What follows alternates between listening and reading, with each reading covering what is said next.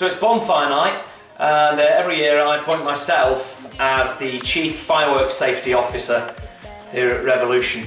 We're going to have a quick display in the car park. I think you're going to like it. And I'm going to talk you through a few steps about how you can stay safe this bonfire night.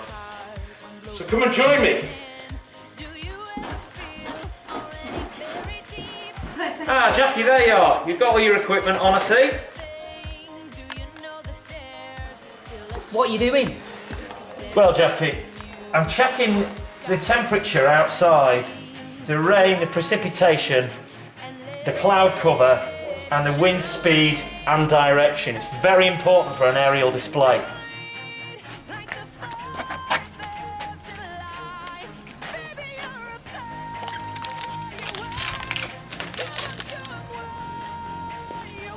Okay, Jackie, press the button. They're going on me, Jackie! They're going on me! They're going on me! I think that went very well. Be safe this bonfire night. How do you write your name with them?